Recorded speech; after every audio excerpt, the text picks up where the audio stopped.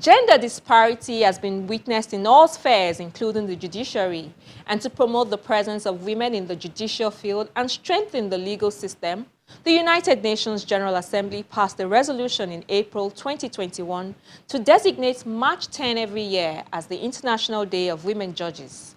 The day aims to recognize the efforts and contributions made by women judges, as well as empower young women and those who aspire to become judges and leaders in their communities. It's also a day to reaffirm the faith of people in the judicial system as it seeks to ensure that with the active participation of women, courts are able to represent all citizens and their concerns.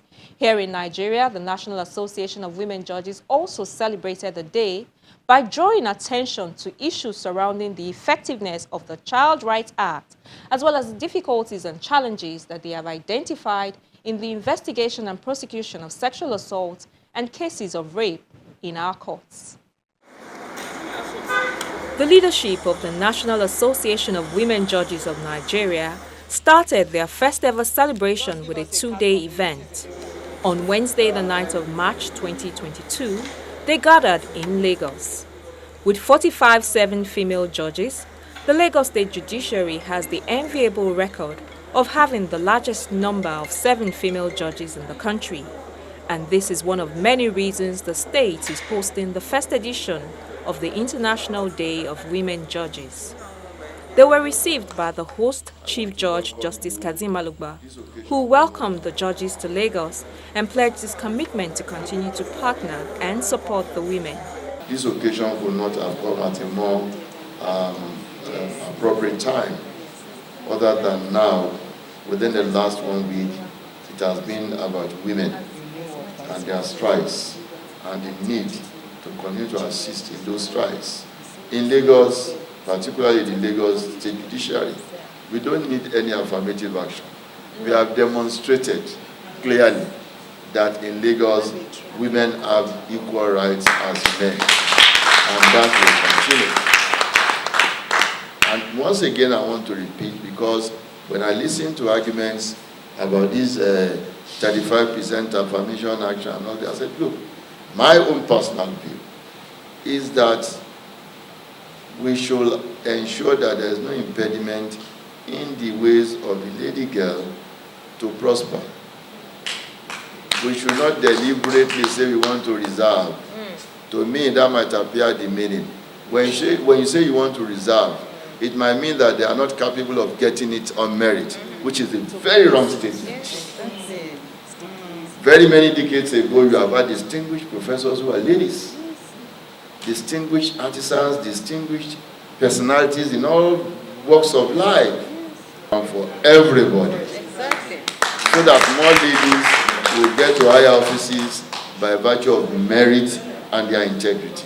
And I know that a lot of ladies do have these qualities. We have our association brooch, which I will proceed to stick on my Lord's chest, if I may. In appreciation of what they described as his fatherly role and support to the cause of women, and particularly women judges, the CJ was inaugurated and decorated as a patron of the National Association of Women Judges. Yes. And the sash. The sash. The president of the National Association of Women Judges then uses the opportunity to address the press on the aims and objectives of the association and its parent body, the International Association of Women Judges, and the significance of the International Day of Women Judges. The aim of the association is advancing human rights and equal justice by empowering women on the bench to overcome gender bias in the law. It also works to create opportunities for judicial exchange, to pioneer judicial education programs, and to advance human rights and judicial integrity. Presently, we are proud to have the President-elect of the International Association of Women Judges come 2023 from Nigeria. She is in the person of Honorable Justice Binte Nyako, a judge of the Federal High Court. She also says that the celebration would be used to discuss and place on the front burner issues surrounding the effectiveness of the Child Rights Act, as well as the difficulties and challenges that they have identified in the investigation and prosecution of sexual assault and cases of rape in our courts. This subject has become very topical due to the rapid and increasing rise in cases of sexual assault in the society and the necessity for doing more than just advocacy to bring an end to this social menace. One of the ways in which this can be done is by ensuring that offenders are brought to justice and speedily too. The National Association of Women Judges intends to use their forum to ensure that once offenders are apprehended and arraigned in court, justice will not be delayed, stultified, or stunted by any real or perceived deficiencies or cracks in the system of the administration of justice by other justice sector stakeholders who are principally responsible for the investigation and prosecution of the charges placed before courts of law. Another important topic that we believe is timely has to do with the enforcement of the rights of children in court.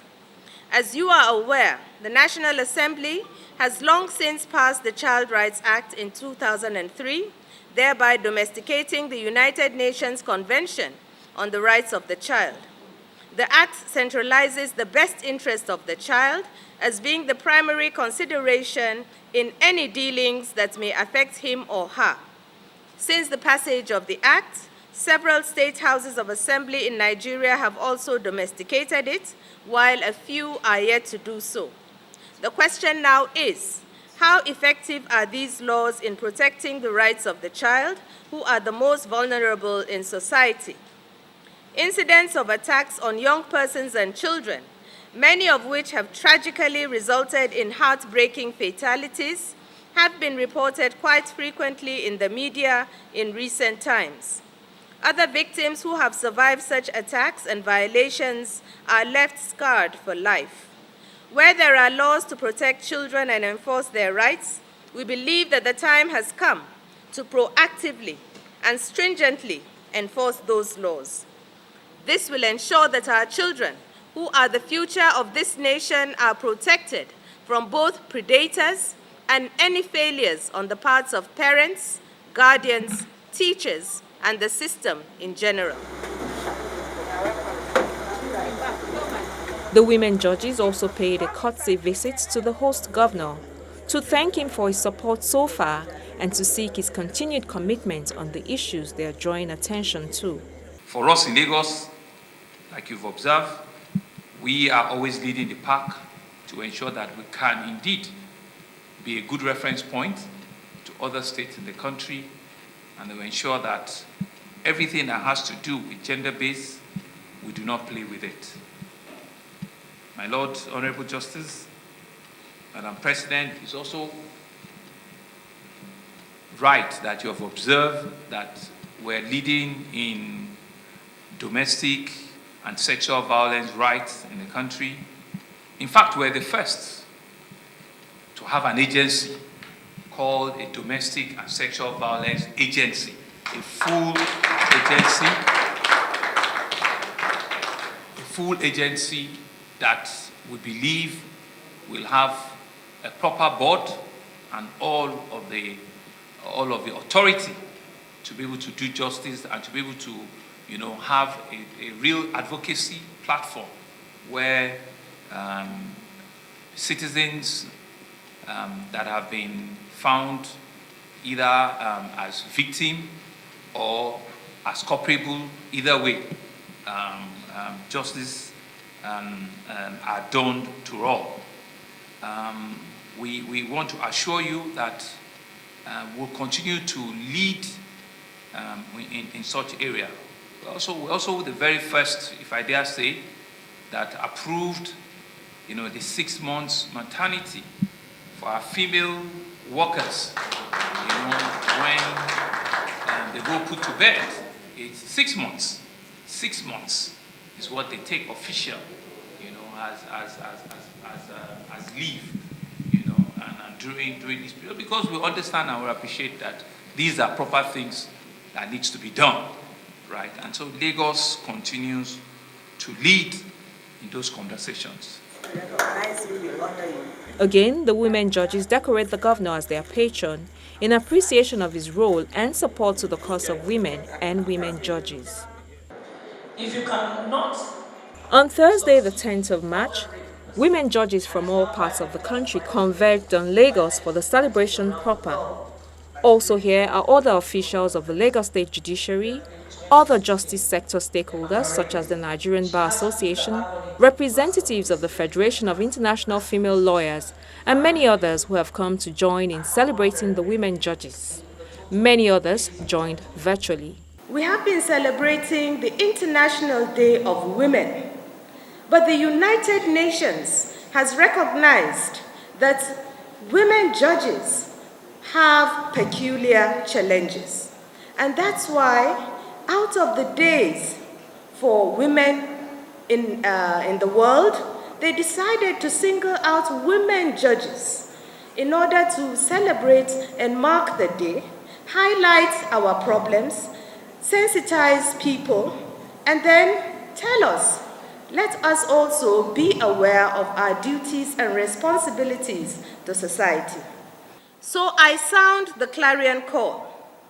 Let women judges rise to the challenge and do more to help those in society who are preyed upon and who are not in a position to help themselves.